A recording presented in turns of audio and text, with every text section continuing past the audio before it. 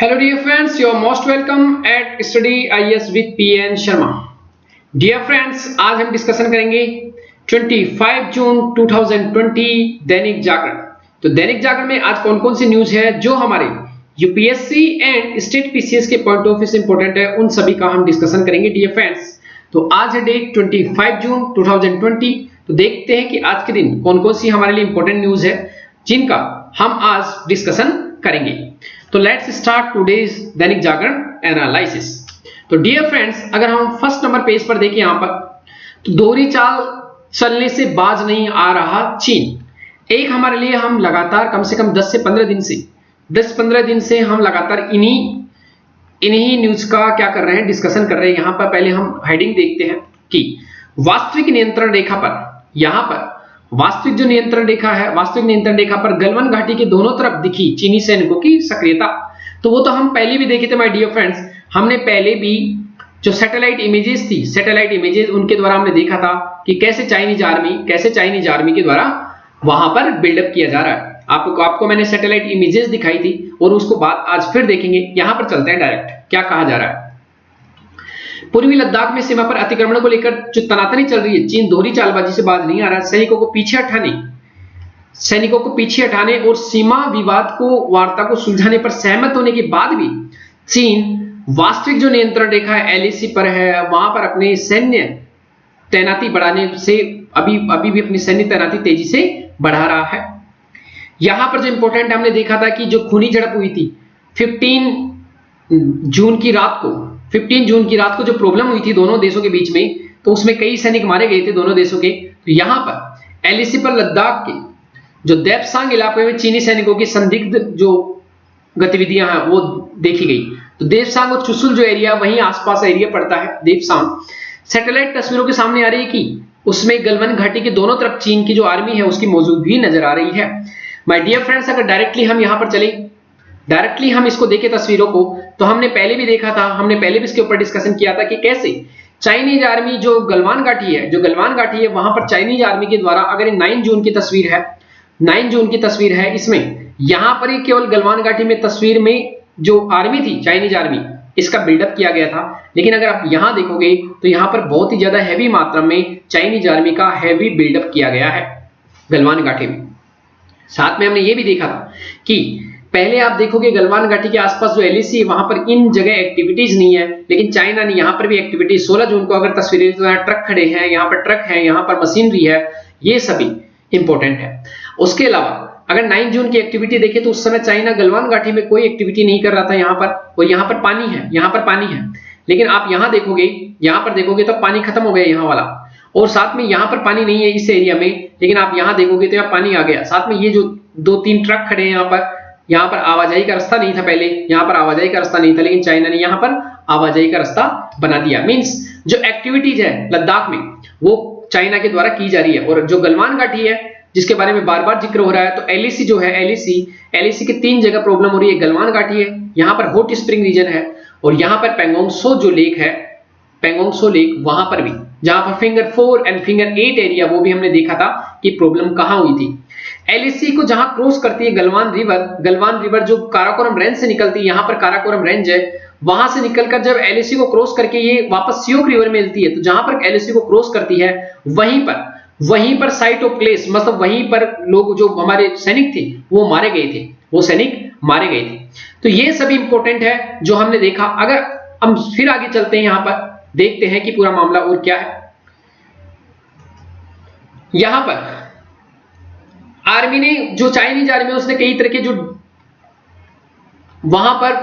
के इक्विपमेंट्स के साथ वहां पर हेवी डिप्लॉयमेंट किया चाइनीज आर्मी का, ढांचा बनाया है। अब यहां पर अगर देखेंगे तो यहां पर वास्तव में जो लद्दाख में जो वास्तविक नियंत्रण रेखा है, यहां पर के करीब जो कोंका दर्रे में चीनी सेना का बेस, यहां सैटेलाइट तस्वीर में मैक्सार टेक्नोलॉजी द्वारा लिया गया है। तो ये सही है। यहां पर जो एरिया है गलवान घाटी का एरिया है, साथ में ही गलवान घाटी के पास में ही हॉट स्प्रिंग जो रीजन है, वहां पर ये पूरा बिल्डअप किया गया है चाइनीज के आर्मी के द्वारा। आगे भी देखेंगे कि यहां और कहां प्रॉब्लम हुई है, और कहां पर प्रॉब्लम है, हम लगातार इसको देख भी रहे हैं कि चीन के सैनिकों ने अस्थायी निर्माण कार्य किए हैं। साथ में तस्वीरों में, तस्वीर जो है गलवान घाटी में जो पेट्रोल पॉइंट 14 पेट्रोल के करीब बताई जा रही है, तो वहां पर ही हमारे लगभग 20 सैनिक मारे गए थे।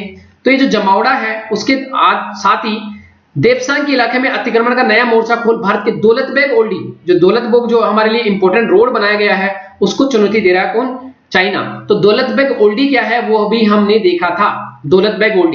दौलतबेग ओल्डी के निकट पेट्रोलिंग पॉइंट पर बाधा डालने में चीनी कोशिश के मद्देनजर भारतीय सेना सतर्क। यहां पर काराकोरम हाईवे से जुड़ता है। खास बात है कि इस सड़क के जरिए मीन जो हमारा जो दौलतबेग ओल्डी है वो काराकोरम हाईवे से जाकर जुड़ता है। ये हमारे लिए इंपॉर्टेंट है, ये भी आगे हम डायग्राम के साथ देखेंगे ये सब कहां है, ये सब कहां पर है।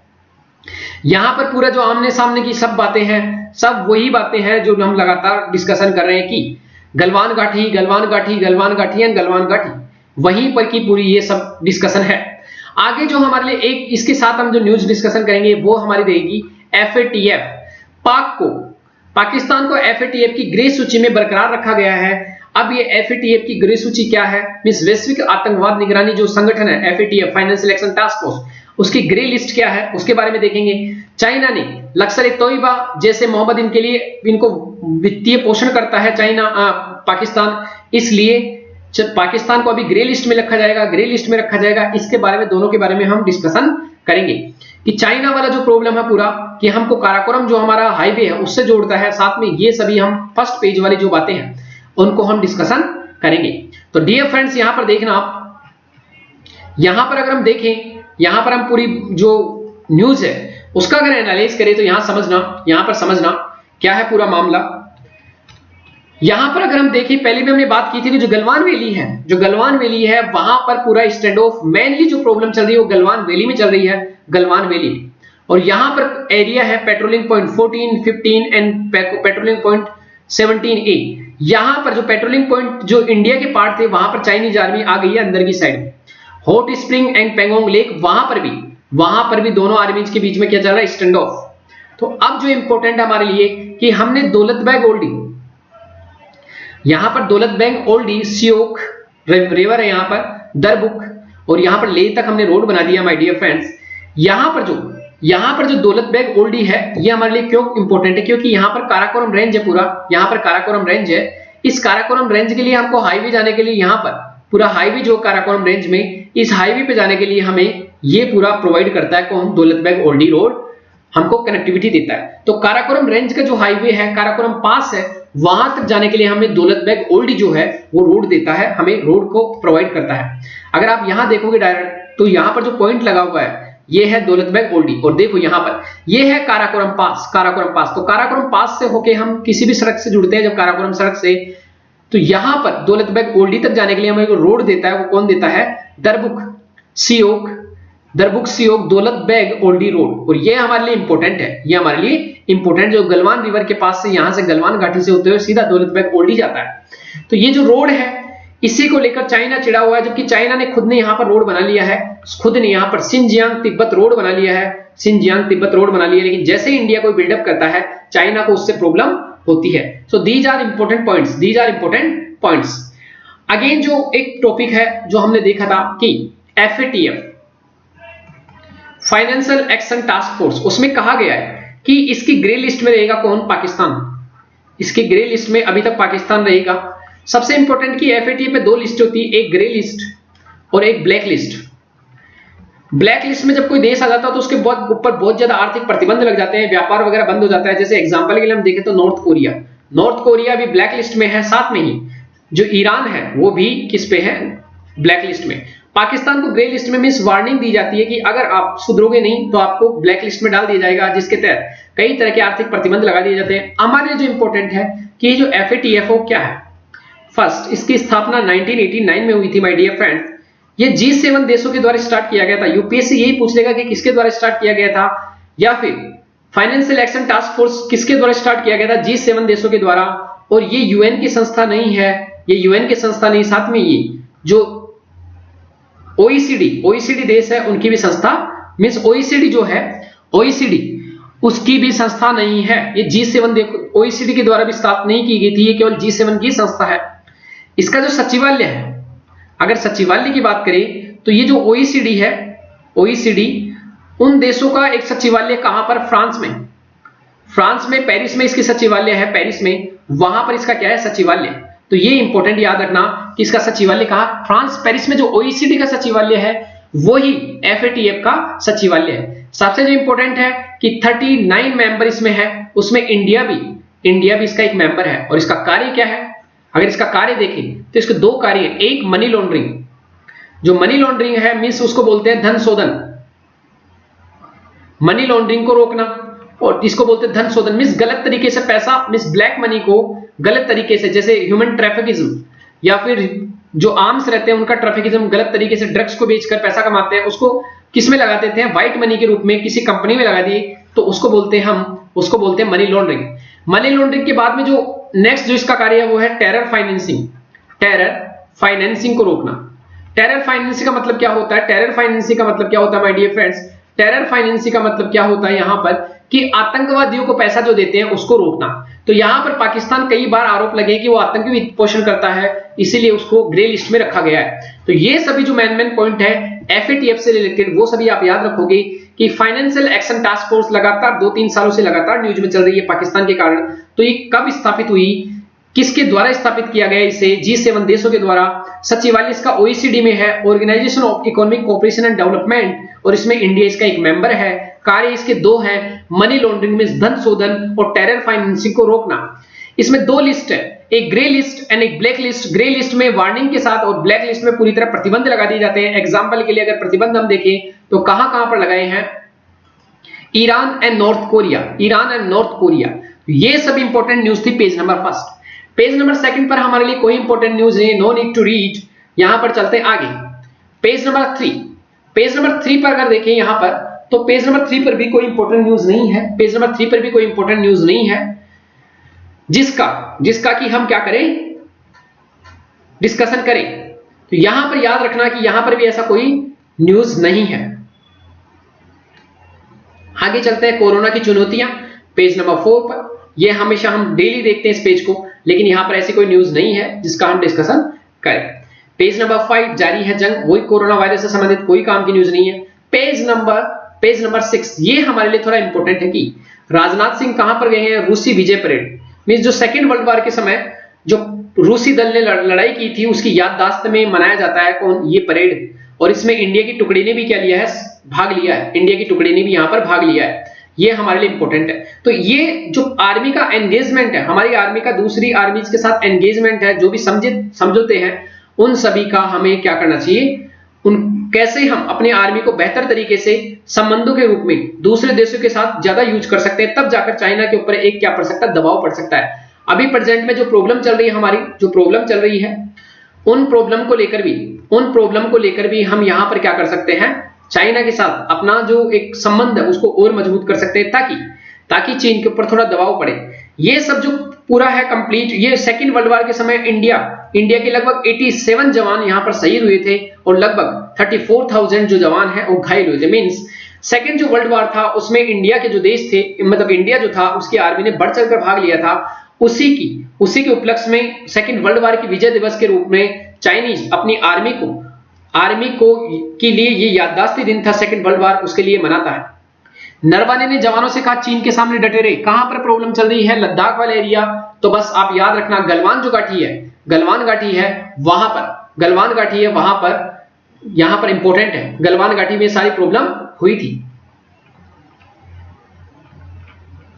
यहां पर पेज नंबर 7 पर माय डियर फ्रेंड्स, ये बहुत इंपॉर्टेंट न्यूज है, इसको जरूर आप याद रख लेना। ये कहां पर आप यूटिलाइज कर सकते हो, ये संबंधों को बेहतरी बनाने के लिए ये आप याद रख सकते हो कि मुश्किल के वक्त में डॉक्टर कोटनिस, ये बहुत फेमस है वहां पर, ये इंडिया के डॉक्टर थे जिसने सेकेंड वर्ल्ड वॉर के समय जो चाइना था, चाइना में उनके सैनिकों को, घायल सैनिकों की मदद की थी डॉक्टर कोटनिस। और ये केवल 32 साल की उम्र में मर गए थे। हुआ क्या था कि चाइना ने ये रिक्वेस्ट की थी कि आप प्लीज थोड़े जो मेडिकल है, हमारे सैनिक काफी मात्रा में मर रहे हैं, तो आप सैनिकों को थोड़ा सा में पहुंचाइए। तो यहां पर जवाहरलाल नेहरू जी थे उस समय 1938 में, उनके नेतृत्व में उन्होंने इसको, जो द्वितीय जवाहरलाल नेहरू साहब को कहा गया था कि आप प्लीज भेजिए, तो जो नेशनल कांग्रेस है उस समय अध्यक्ष थे 1938 में, हमें पता है कि 1938 में कांग्रेस के अध्यक्ष थे नेताजी सुभाष चंद्र बोस। उन्होंने फिर यहां से डॉक्टर कोटनिस के नेतृत्व में एक जो चिकित्सा दल है वो कहां भेजा, चाइना में। और चाइना में काफी बड़ी मात्रा में जो सैनिक थे जो जापान के द्वारा लड़ रहे थे, जापान काफी सैनिकों को मार रहा था चाइनीज को, और काफी मात्रा में घायल थे, उनको बचाने के लिए डॉक्टर कोटनिस थे, उनको काफी अच्छा वहां पर काम किया, उन्होंने काफी अच्छा काम किया। और डॉक्टर कोटनिस 32 साल की उम्र में मर भी गए थे। डॉक्टर कोटनिस जो है वो चाइना में काफी मात्रा में पूजनीय है, काफी ज्यादा पूजनीय है। उनके नाम पर एक डाक टिकट जारी किया है, साथ में एक उनके नाम पर पूरा बनाया गया है। चीन में लोग काफी सम्मान से इनका नाम लेते हैं। साथ में इनके सम्मान में एक वहां पर वो भी बनाया गया, प्रतिमा बनाई गई है, स्मारक बनाया गया है। एंड कोटनिस, जब भी कोई चाइना का बड़ा नेता इंडिया में आता है तो कोटनिस के जो लोग, मिस कोटनिस का जो परिवार है वहां के लोगों से हमेशा वहां पर मिलने जाते हैं। चाहे शी जिनपिंग साहब हो राष्ट्रपति, वो भी कोटनिस के परिवार से मिलते हैं। तो कैसे मेडिकल डिप्लोमेसी दो देशों के संबंधों को बेहतर कर सकती है, इसका एग्जांपल है डॉक्टर कोटनिस।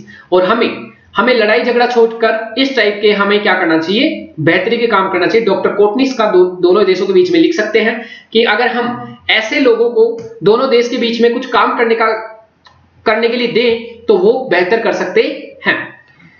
देश के मिजाज के खिलाफ खड़े राहुल गांधी, कोई काम का नहीं, कोरोना पर अंकुश, कोई काम का नहीं। माय डियर फ्रेंड्स, आपातकाल से सबक लेने का अवसर। आपातकाल के बारे में हमने कल भी बात की थी, आपातकाल आगे और आएगा, उसके बारे में हम वहीं पर बात करेंगे। चीन का नया मोहरा बनता बांग्लादेश, ये थोड़ा सा इंपॉर्टेंट है, लेकिन यहाँ पर जो इंफॉर्मेशन दे रखी है वो इंफॉर्मेशन इतनी ज्यादा है कि हम कई बार इंफॉर्मेशन इतनी ज्यादा रहती है कि हम इंफॉर्मेशन को सोच नहीं पाते कि इसमें से क्या लिखे क्या छोड़े। तो इसलिए यहां पर हमें क्या क्या याद रखना है माय डियर फ्रेंड्स, क्या क्या याद रखना है कि बांग्लादेश में जो दक्षिण एशिया वर्तमान में शक्ति प्रदर्शन और गुटबाजी के दौर से गुजर रहा है। मींस कई देश जो दक्षिण एशिया है वहां पर अपना धाक जमाना चाह रहे हैं, देशों को अपनी तरफ मिलाना चाह रहे हैं। इसी क्रम में चाइना ने क्या किया, बांग्लादेश में कई तरह के व्यापारिक प्रलोभन दिए हैं। और साथ में बांग्लादेश का जो विदेश मंत्रालय है उसने हाल ही में क्या किया है कि जो मत्स्य संसाधन है और जो लेदर उत्पाद है उनका 97% बंगाली उत्पाद चीन के द्वारा कोई शुल्क नहीं लगाया जाएगा।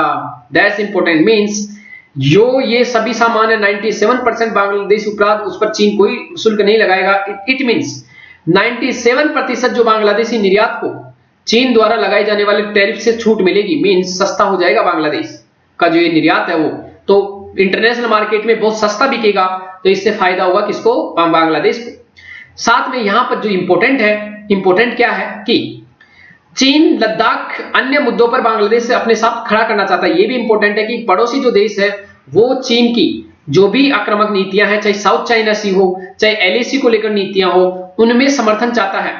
इसीलिए चीन जो है दक्षिण एशिया में भारत के पड़ोसी देशों को ऐसे लुभावनी व्यापारिक प्रस्ताव देकर भारत के साथ एक अप्रत्यक्ष और एक अघोषित व्यापारिक युद्ध में लगे रहना चाहता है। दैट्स आल्सो इंपॉर्टेंट, तो इसको अभी से याद रखना। यहां पर जो इंपॉर्टेंट है, हमने क्या किया था, दक्षिण एशियाई देशों के साथ हमने आर्थिक क्षेत्र में व्यापारीकरण को बढ़ावा देने के लिए हमने एक एफटीए किया था, मुक्त व्यापार समझौता, जिसको बोलते हैं दक्षिणी एशियाई मुक्त व्यापार समझौता, SAFTA, south Asian free trade agreement, SAFTA. लेकिन अभी तक चाइना उसको असफल बनाना चाहता है। अभी तक ये पूरी तरह सफल नहीं हो पाया, क्योंकि जितना लाभ इस साफ्टा से सभी देशों को मिलता उससे कहीं ज्यादा लाभ चाइना जो है इन देशों को दे रहा है। इसलिए लोग जो ये देश सभी हैं इनका यहां पर कोई इंटरेस्ट नहीं साफ्टा में। एग्जाम्पल के लिए देखें, भारत ने 2011 से साफ्टा के तहत बांग्लादेशी उत्पादों को शुल्क मुक्त व्यापार दे रहा है, मींस बाजार दे रहा है। और हाल ही के वर्षों में दोनों देशों की सरकार ने मुक्त व्यापार समझौते को शीघ्र ही मूर्तमान का स्वरूप प्रदान करने तो पारस्परिक सहमति बनाई है कि अब हम इसको पूरी तरह अच्छे से क्या दे देंगे, 100% मुक्त व्यापार समझौता कर देंगे। अगर हम यहां पर देखें, अगर हम यहां और देखें तो यहां पर इंपॉर्टेंट क्या है कि चीन क्या कर रहा है। यहां पर चीन क्या कर रहा है, पहले चीन ने अपने फायदे के लिए वन बेल्ट वन रोड पहल से दुनिया भर के देशों को गुटबाजी की। अपने ये जो वन बेल्ट वन रोड है इससे अपने कई देशों को जोड़ लिया। उसके बाद चीन ने नेपाल के सामने प्रस्ताव रखा कि स्कूलों में चीनी भाषा सिखाओ, ये कहा। सेकंड, यहां पर यहां पर जो इंपॉर्टेंट है वो चीन क्या कर रहा है, जो पड़ोसी देश है, जितने भी इंडिया के पड़ोसी देश, वहां पर तेजी से क्या कर रहा है, अपनी पैठ जमा रहा है किसी भी रूप में, किसी भी रूप में। तो यहां पर अनिवार्य कर दे, बना देगा, मींस भाषा पढ़ाना अनिवार्य बना दे। साथ में इसे पढ़ाने वालों शिक्षकों को वेतन कौन दे रहा है, चीन। ये कह रहा कौन, चीन। ऐसे में ये लगना स्वाभाविक है कि कहीं चीन की मंशा नेपाल और बांग्लादेश जैसे राष्ट्र जो है उनमें दूसरा पाकिस्तान तो बनाना नहीं है। यहां पर अलायंस, नेटवर्क, ग्रिड बनाना गलत नहीं है, पर चीन का मकसद गलत है। भारत की बांग्लादेश को साधने की रणनीति क्या होनी चाहिए माय डियर फ्रेंड्स। यहां पर जो इंपॉर्टेंट है कि हमें द्विपक्षीय व्यापार में वृद्धि करनी है। बांग्लादेश के साथ हमने जो एफडीआई उसको हमने बढ़ाया, विकासात्मक साझेदारी को मजबूती देना और ऊर्जा परियोजना पर जोर देना शामिल है। हम ये सभी कर रहे हैं। अगर बात करें इंडिया का, तो 2019-18 में भारत का बांग्लादेश के साथ निर्यात था जो $9.2 बिलियन था, जबकि आयात हमने 1.2 किया। मींस बांग्लादेश में साथ में हमने प्रत्यक्ष विदेशी निवेश जो था वो $570 मिलियन का था। और साथ में ही दोनों देश एशिया पैसिफिक ट्रेड एग्रीमेंट के मींस और साफ्टा के तहत भी व्यापारिक सहयोग कर रहे हैं ये दोनों। और ये दोनों देश मुक्त व्यापार पर भी विचार कर रहे हैं, मींस एक तरफा मुक्त व्यापार दोनों देश के बीच में। ऊर्जा परियोजनाओं की बात करें तो इंडिया जो बांग्लादेश है उसकी ऊर्जा परियोजनाओं में काफी हेल्प कर रहा है, ये भी हमारे लिए इंपॉर्टेंट है। इसमें अगर बात करें तो एनटीपीसी के द्वारा एक मैत्री सुपल थर्मल पावर प्लांट बनाया जा रहा है। Bangladesh India friendship power company का एक संयुक्त उपक्रम यहां पर बनाया जा रहा है। साथ में ही तापीय विद्युत जो है उसमें भी बांग्लादेश में बनाया जा रहा है।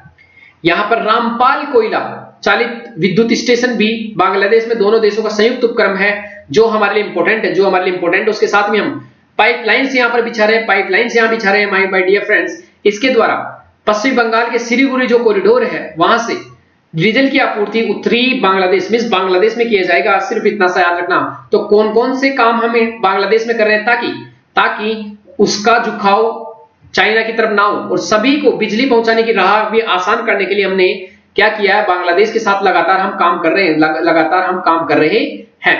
यहां पर अगर देखो तो सिर्फ एक दो एग्जांपल याद रखना कि हमने वहां पर बिजली स्टेशंस बना के लिए और जो सभी लोगों को बिजली देने के लिए हमने काम किया है।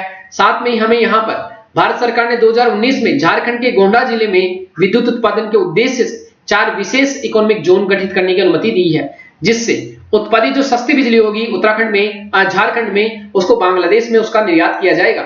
So that's very important. तो ये सभी हमारे लिए इंपॉर्टेंट है जो आपको याद रखना है कि कैसे बांग्लादेश पर तेजी से प्रभाव पड़ रहा है, किसका, बांग्लादेश से प्रभाव पड़ रहा है। और ये जो जितने भी यहां पर लिखी हुई है कि भारत पड़ोसी देश में क्या क्या विकासात्मक परियोजनाएं चला रखी है, तो ये हमने देखा। उसमें सिर्फ आप याद रख देना कि बिजली इंफ्रास्ट्रक्चर, उसके बाद वहां पर जितना भी बिजली से रिलेटेड सभी को, या फिर वहां पर अगर हम बात करें कि एफडीआई के रूप में, व्यापार के रूप में हम सहयोग दे रहे हैं। हमारा साफ्टा में वहां पर क्या है, दोनों आपस में देशों में क्या है, वहां पर एफटीए फ्री ट्रेड एग्रीमेंट, लेकिन अभी पूरी तरह वो लागू नहीं हुआ है। ये सभी जो इंपॉर्टेंट बातें हैं वो सभी आप यहां पर लिख सकते हो। हमारे लिए जो इंपॉर्टेंट है कि जो बांग्लादेश है वो हमें डायरेक्टली हमारा जो नॉर्थ ईस्ट है उस रीजन में घुसने के लिए हमको जगह दे सकता है। इसलिए हमारा लोकेशन जो है बांग्लादेश का वो हमारे लिए, इंडिया के लिए बहुत इंपॉर्टेंट हो जाता है माय डियर फ्रेंड्स, बहुत ज्यादा इंपॉर्टेंट हो जाता है। तो इसको हमेशा याद रखना। That's very important point. Bangladesh India के लिए सीधा जाने के लिए इंपॉर्टेंट है, क्योंकि सिलीगुड़ी कॉरिडोर हमारे पास एक ही केवल वो है रास्ता जिससे हम नॉर्थ ईस्ट में जा सकते हैं। सो हमारे लिए हमेशा इंपॉर्टेंट है कौन, बांग्लादेश। यहां पर अगर बात करें अगर बिजनेस पर बात करें, बिजनेस पर ऐसी कोई भी न्यूज नहीं माय डियर फ्रेंड्स, कोई भी ऐसी न्यूज नहीं जिसकी हम डिस्कशन करें। ऑलरेडी हमने कई बार एमएसएमई के ऊपर भी डिस्कशन किया कि एमएसएमई में हाल ही में क्या किया गया, चेंज किया गया उसकी डेफिनेशन में कि कोई कंपनी कितने रुपए तक होगा तब उसको एमएसएमई बोला जाएगा। ये सभी हो चुका है माय डियर फ्रेंड्स। आगे अगर हम चलें यहां पर, तो ऑस्ट्रेलिया, यहां पर जो अंतरराष्ट्रीय मामले जितने भी हैं, अंतरराष्ट्रीय न्यूज, वहां पर एक भी ऐसी न्यूज नहीं है जो हम यूज करें कहीं पर यूपीएससी स्टेट पीसीएस में। ये हमारे लिए इंपॉर्टेंट नहीं है। पेज नंबर 12 स्पोर्ट्स है, नो नीड टू रीड। यहां पर जो हमारे लिए इंपॉर्टेंट है, यहां पर पेज नंबर 13 आपातकाल। हमने माय डियर फ्रेंड्स कल भी बात की थी कि आपातकाल कितनी तारीख को लगाया गया माय डियर फ्रेंड्स। यहां पर 24 जो रात थी उसको आपातकाल लगाया था। लेकिन पूरी तरह अगर बात करें तो 25 जून को ये आपातकाल स्टार्ट हो जाता है माय डियर फ्रेंड्स पूरे देश में। और मैंने कल ही इस पर डिस्कशन किया था कि जो आपातकाल लगाया था ये आर्टिकल 352 के तहत लगाया था। हमने कल डिस्कशन किया था कि आर्टिकल 352 राष्ट्रीय आपातकाल, आर्टिकल 356 जिसके तहत राष्ट्रपति शासन लगता है, और आर्टिकल 360 के तहत वित्तीय आपातकाल लगाया जाता है। और जो ये आपातकाल था ये 352 के तहत लगाया गया था। तो ये हमें कोई मतलब नहीं है कि इसमें कितने लोगों को अंदर लिया गया। मैंने कल ये भी बताया था कि मीसा कानून जो था, maintenance of internal security act 1971, ये पारित की विवादित कानून था जिसमें सुरक्षा एजेंसियों को काफी मात्रा में अनिश्चित शक्तियां मिली थी और बिना वारंट के लोगों को गिरफ्तार किया गया अनिश्चित काल तक। ये सभी इस पूरे जो यहां पर इंपॉर्टेंट है ये सभी। और साथ में इंदिरा गांधी ने क्या किया, संसद में 2/3 बहुमत था, कई कानूनों में उन्होंने बदलाव किया और संसद में संविधान में संशोधन किया। 42वां संविधान संशोधन उसी दौर का है 1976 के समय। तो काफी मात्रा में साथ में नसबंदी कार्यक्रम उस समय चलाए गए, कई नेताओं को कहां पर डाल दिया गया, जेलों में डाल दिया गया। और लास्ट एंड फाइनल एक साख कमीशन बुलाया गया जो मोरारजी देसाई सरकार थी, मोरारजी देसाई जो 1977 में बनी, क्योंकि उस समय चुनाव हार गई थी इंदिरा गांधी। तो उस समय मोरारजी देसाई सरकार जो आई उसने ये पता लगाने के लिए आयोग का गठन किया कि क्या ये जो आयोग जो नेशनल इमरजेंसी लगाई गई थी, नेशनल इमरजेंसी क्या ये सही थी। तो इस आयोग ने भी कहा था कि नेशनल इमरजेंसी जो लगाई गई थी वो गलत तरीके से लगाई गई थी, गलत तरीके से लगाई गई थी। तो यह साय आयोग, साय कमीशन आप याद रखना, आपातकाल की ज्यादतियों जो हुई थी उनके जानने के मकसद से मोरारजी सरकार ने शाह आयोग का गठन किया था। जो प्रथम चीफ जस्टिस जेपी शाह थे, शाह ने अपनी रिपोर्ट 3 भागों में दी। यह हमारे लिए इंपॉर्टेंट नहीं है, लेकिन कौन सा कमीशन किस लिए बनाया गया था, इमरजेंसी की जांच करने के लिए इसको बनाया गया था। तो ये सभी इंपॉर्टेंट है। आगे हम देखेंगे कि ये क्या होता है पूरा। आजकल यहां पर कोई भी ऐसी इंपॉर्टेंट नहीं है जिसका हम डिस्कशन करें। हमारे लिए जो इंपॉर्टेंट है point, last and final point है नेशनल इमरजेंसी। सबसे जो इंपॉर्टेंट पॉइंट है माय डियर फ्रेंड्स, आपको कैसे पढ़ना है। अगर हम बात करें इमरजेंसी,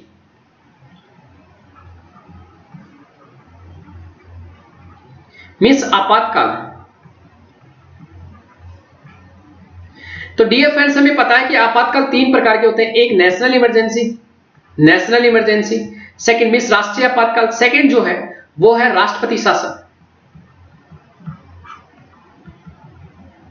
मींस इसे बोलते हैं स्टेट इमरजेंसी, मींस राज्य आपातकाल। और तीसरी जो है वो है वित्तीय आपातकाल। ये फर्स्ट नेशनल इमरजेंसी, सेकंड यहां पर, और थर्ड यहां पर है वित्तीय आपातकाल। हमने कल भी बात की थी, अगेन मैं आपको बता रहा हूं। आर्टिकल 352, यहां पर आर्टिकल 356 और एक आर्टिकल और यहां 365। जब राष्ट्रपति शासन तब भी लगाया जा सकता है जब सेंट्रल गवर्नमेंट का कहना नहीं माने। कौन? स्टेट गवर्नमेंट, जो जैसे ममता दीदी करती है, अगर ज्यादा नहीं कहना मानेगी तो कभी भी राष्ट्रीय आपातकाल लगा सकते हैं आर्टिकल 365 के तहत। और 356 कब लगाया जाता है? जब किसी राज्य में संविधान के तहत जो प्रावधान बने हुए हैं, संविधान के प्रावधान जो है उनके तहत सरकार नहीं चल रही हो, तब जाकर ये 356 लगाया जाता है। और 365 जब कहना नहीं माने। वित्तीय आपातकाल 360, आर्टिकल 360। अब जो इंपॉर्टेंट आपके लिए इसमें क्या याद रखोगे, मैंने कल भी बताया था, ये सब तो सिंपल है, लेकिन आपको क्या याद रखना है यहां पर कि जो आपातकाल प्रावधान है, आपातकाल के प्रावधान है, ये प्रावधान कहां से लिए गए हैं? जो हमारा एक्ट था, government of India act 1935, means 1935 का जो अधिनियम था वहां से लिया गया। और सबसे जो इंपॉर्टेंट है कि फंडामेंटल राइट, जो हमारे मूल अधिकार है, वो इमरजेंसी के समय क्या हो जाते हैं? स्थगित। ये प्रोविजन हम कहां से लिए? जर्मनी से। कहां से? जर्मनी से। कि आपातकाल के समय क्या हो जाएंगे, जो हमारे फंडामेंटल राइट है उनका स्थगन हो जाएगा। और ये था नेशनल इमरजेंसी। तो नेशनल इमरजेंसी आज के दिन स्पेशली 25 जून के दिन कई नेताओं को गिरफ्तार कर लिया नेशनल इमरजेंसी। और नेशनल इमरजेंसी कब लगती है my dear friends? National emergency के बारे में कल भी हम डिस्कशन किए थे कि नेशनल इमरजेंसी किस किस केस में लगती है। तो यहां पर नेशनल इमरजेंसी 3 केसेज में लगती है। जब बाहर का कोई आक्रमण हो जाए, मींस इसको बोलते हैं बाहरी आक्रमण, जब कोई देश बाहरी आक्रमण करते, युद्ध के समय। और तीसरा जो है यहां पर आंतरिक गड़बड़ी था, इसको अब हटा दिया गया है, मींस इंटरनल डिस्टर्बेंस जो पहले वर्ड था इसको हटा दिया गया। इसकी जगह क्या कर दिया है? सशस्त्र विद्रोह इसको कर दिया गया किस संविधान संशोधन द्वारा? 44वें संविधान संशोधन के द्वारा इसे बदल दिया गया। आंतरिक गड़बड़ी की जगह क्या कर दिया? सशस्त्र विद्रोह 1978 में। क्योंकि इंदिरा गांधी ने जो 1975 का जो आपातकाल लगाया था वो आंतरिक गड़बड़ी के आधार पर लगाया था कि लोग गड़बड़ी कर सकते हैं, पुलिस का कहना नहीं मान रहे। जबकि फिर बाद में जो मोरारजी देसाई सरकार आई उसने सशस्त्र विद्रोह कर दिया कि जब तक देश में लोग हथियार लेके मारने पर नहीं हो जाते, ऐसा विद्रोह नहीं कर देते गवर्नमेंट के अगेंस्ट, तब तक आपातकाल नहीं लगेगा आंतरिक गड़बड़ी के आधार पर। इन दो आधारों पर तो लगा सकते हो, लेकिन इस आधार पर जैसे इंदिरा गांधी ने गलत यूज किया था वैसे आप नहीं कर सकते। तो ये सभी पॉइंट्स थे माय डियर फ्रेंड्स आज की न्यूज की, जिसमें आप इस पर्टिकुलर चैप्टर को कहां पढ़ोगे जाकर? जो नेशनल इमरजेंसी उसको आज ही खत्म कर देना, तीनों इमरजेंसी को। ये जो चैप्टर है, चैप्टर नंबर 16 है, चैप्टर नंबर 16 लक्ष्मीकांत का, तो वहां से पढ़कर इसको क्या कर देना, खत्म कर देना। तो डियर फ्रेंड्स, इसको पढ़ने का आज ही मकसद यही है कि जैसे नेशनल इमरजेंसी अभी आया है तो इमरजेंसी के जितने भी प्रावधान है आप डेली जो करंट में आता है मुद्दा उसको उस चैप्टर को पढ़ दोगे तो आपको इंटरेस्ट जगेगा जानने की कोशिश उत्सुकता के साथ। तो डियर फ्रेंड्स, अगेन आपके लिए एक इंपॉर्टेंट इंफॉर्मेशन, डियर फ्रेंड्स, आज 12 बजे से लेकर 12 AM से लेकर हम बैठेंगे पढ़ने के लिए 2 बजे तक, या फिर इसको हम कर लेते हैं, इसे हम 2:30 तक हम बैठेंगे। बीच में हम 1 बजे के बाद 5 मिनट का रेस्ट लेंगे, 5 मिनट का रेस्ट लेंगे, अगेन 2:30 बजे तक। फिर हम क्या करेंगे, 2:30 से 3:30 हमारा रेस्ट रहेगा जिसमें आप कुछ भी कर सकते हो। एंड 3:30 से हम वापस बैठेंगे 5:30 तक। तो ये जो 2.5 घंटे हैं, 12 बजे से 2:30 बजे तक और 3 से लेकर 5:30 बजे तक में 2.5 घंटे, 5 घंटे हम पढ़ेंगे। फिर अगेन शाम को हम क्या करेंगे, शाम को हम बैठेंगे पढ़ने के लिए, जिसमें हम 9 से बैठेंगे 9 to 11:30, तो 2.5 घंटे यहां पर बैठेंगे। तो 7:30 मींस 7.5 घंटे हो जाएंगे हमारे, जिसमें हम लगातार स्टडी करेंगे साथ में मिलकर माय डियर फ्रेंड्स। यहां पर भी हम बीच में 5 मिनट का रेस्ट लेंगे। तो ये कब लेंगे ये आपके स्क्रीन पर आता रहेगा, तो आप कोशिश करना, मैं लाइव आऊंगा, लाइव मैं पढ़ता हुआ आपको दिखूंगा, तो आप उसको यूटिलाइज कर सकते हो। आप भी अपना टाइम टेबल 12 से लेकर 2:30 मींस 2:30, फिर 3 से लेकर 5:30 एंड फिर हम बैठेंगे 9 से लेकर आगे 11:30। और मेरा यहां पर बीच में जो टाइम रहता है, अभी मॉर्निंग का टाइम मेरा the Hindu and Dainik Jagran analysis में जाता है। जो 6 से लेकर 8 जो बजे हैं उसमें मैं डिस्कशन करता हूं, कुछ फ्रेंड्स के साथ डिस्कशन चलता है, एंड 8 to 9 खाने में रहेगा, उसके बाद अगेन पढ़ना। तो ये सभी लगातार हम काम करेंगे मिलकर। तो आप लाइव क्लासेज को फॉलो करने की कोशिश करना, जिसमें हम साथ में बैठकर पढ़ेंगे, वहां किसी टॉपिक का डिस्कशन नहीं करेंगे माय डियर फ्रेंड्स। ये इसलिए है कि हम डिसिप्लिन के साथ हम पढ़ना स्टार्ट करें, क्योंकि कई बार क्या होता है कि आपने देखा होगा कि जब हम पढ़ते रहते हैं 5 मिनट का रेस्ट लेते हैं, 5 मिनट के रेस्ट के चक्कर में हमारा आधा घंटा चला जाता है, ऐसे करते करते पूरा दिन चला जाता है, पता भी नहीं चलता। तो ऐसे जब हम डिसिप्लिन के साथ फॉलो करेंगे एक टाइम टेबल को, तो हमें अपने आप जो हमारा कोर्स है वो बहुत जल्दी हो जाएगा और हमको इसका बेनिफिट मिलेगा। तो इसको फॉलो करने की कोशिश करना my dear friends. Thank you very much. तो आज मिलते हैं 12 बजे सभी, तो आप तैयार रहना डियर फ्रेंड्स। Thank you.